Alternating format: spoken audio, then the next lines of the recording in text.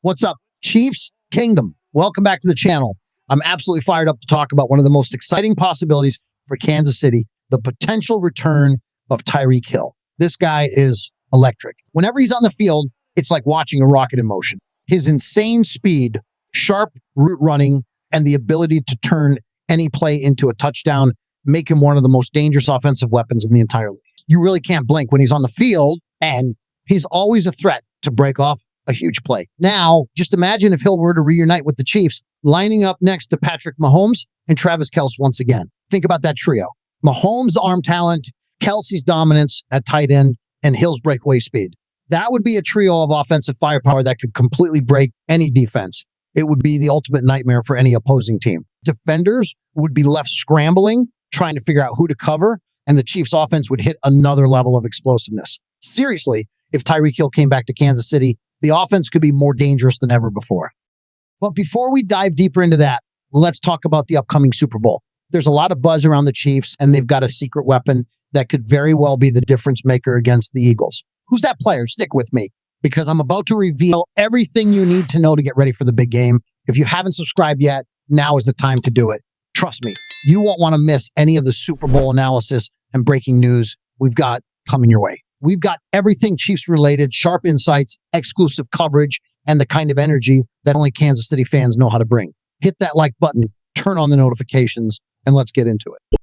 The Super Bowl isn't just another game. This is the moment where legends are made, and Mahomes, Kelce, and Chris Jones have already proven that they shine when the stakes are the highest. But hold on, there's one name that no one is talking about. One player who could quietly rise to the occasion and become the surprise star of the Super Bowl. Stick around, because I'll reveal who this player is in just a moment. But before we get there, let's dive into a question that's been hot on the minds of many Chiefs fans. Is Isaiah Pacheco the true RB1 for the Chiefs? The Chiefs running game has been a hot topic, and there's been a lot of debate on whether Pacheco has cemented himself as the top back for Kansas City, or if Kareem Hunt still has a place as the team's lead rusher. This is a tricky one, and I get why it's been on people's minds. We've seen Andy Reid alternate snaps depending on the hot hand, and in the AFC Championship, Hunt actually ran better and received more carries. But here's the thing. If Pacheco can show out in the Super Bowl, he could prove that he's the guy. I think what's likely to happen is that we'll continue seeing a two-back system with Pacheco and Hunt splitting time. But honestly, that's a nightmare scenario for any defense. Both backs have different skill sets that make them dangerous. Pacheco has that burst of speed and the aggressive style that can break tackles and gain extra yards. On the other hand, Hunt has the experience and vision to read the field, find holes, and make smart decisions. Together, they make a powerful combination that can really wear down an opposing defense. If they can establish the running game early and often against the Eagles, it's going to take a lot of pressure off Mahomes and make their offense even more dangerous.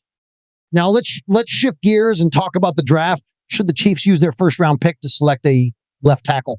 It's a great question, but the answer depends a lot on what happens in free agency. At the moment, left tackle is one of the Chiefs' biggest needs, but we need to wait and see what moves the team makes in the offseason.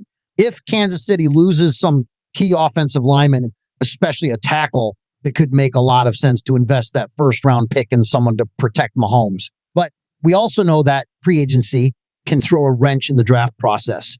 Depending on what happens, the Chiefs could decide to target other positions like wide receiver or defensive line. So if the draft were happening today, yeah, a left tackle would be a solid pick. But as we all know, the NFL landscape changes fast, so we'll need to keep an eye on what GM Brett Veach does in free agency before making that final call.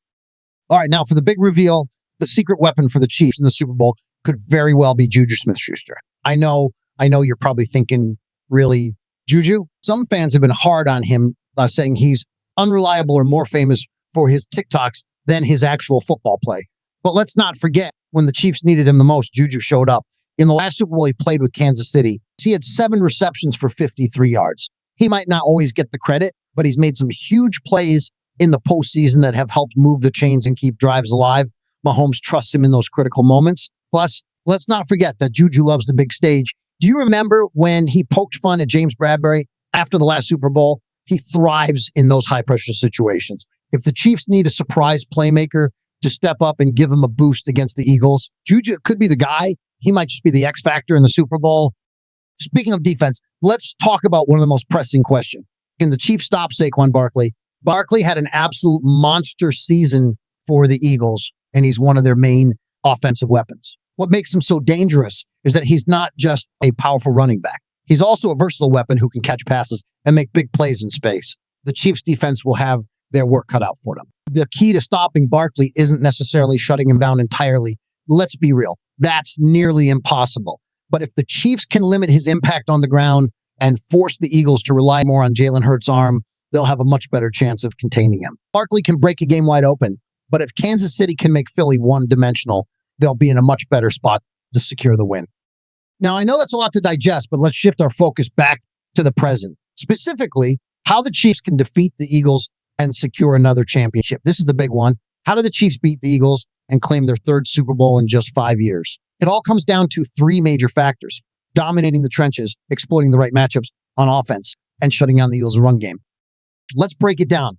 First, dominating the trenches. The Chiefs need to win the battle up front on both sides of the ball. On offense, they need to protect Patrick Mahomes. We know that Mahomes can work magic when he has time in the pocket.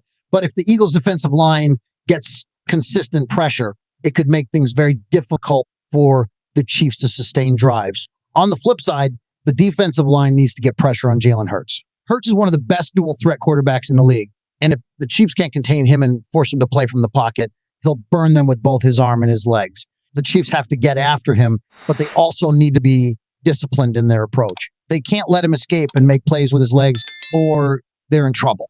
Speaking of trouble, the Eagles' run game is another massive factor in this game. We all know about Saquon Barkley and how much of a threat he can be. The Chiefs have to shut him down early.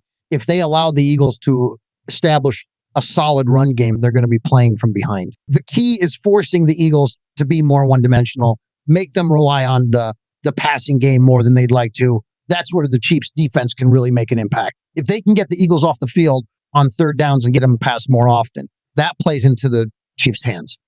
On offense, with Rashee Rice out, it's going to be crucial for Mahomes to spread the ball around.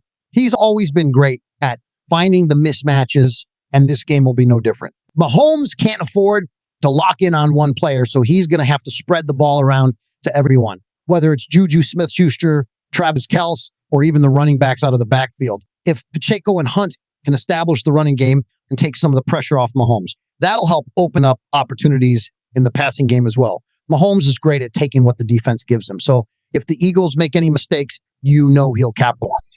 If everything falls into place, if the Chiefs control the trenches, limit Hurts' ability to escape, shut down the run game, and execute on offense, they'll have everything they need to bring home another Super Bowl victory. And just when you thought there couldn't be any more drama before the big game, let's talk about Travis Kelce. Just days before the Super Bowl, Kelce was hit with an $11,255 fine for taunting Buffalo Bills players during the AFC Championship game. Now, this fine comes right before the Chiefs are set to appear in their third straight Super Bowl, adding a bit of extra drama to an already intense lead up. The incident happened when Mahomes rushed for a touchdown, and as he crossed the goal line, Bills safety Damar Hamlin tackled him. Kelce got right in Hamlin's face, and the NFL deemed that unsportsmanlike conduct. It's definitely not ideal timing, but knowing Kelce's not going to let this affect his focus. Kelce's attitude about the situation is what makes him such a valuable leader for this team. Many fans might be tired of the Chiefs' success, and some even claim the Chiefs get preferential treatment from officials. But Kelce embraces the negativity. In a recent podcast with his brother Jason, Kelce said, "I love it. At one point, I was the guy people felt bad for. Now, I'm enjoying doing this work with the guys we have in there because it makes us even more of a family." That kind of mentality is what brings this team closer together. When the outside world is critical, the Chiefs only become more determined to prove them wrong. So, Chiefs Kingdom, let's wrap this up. Who do you think will be the Chiefs MVP in the Super Bowl? Is it going to be Mahomes, Kelce, or someone else stepping up in a big way?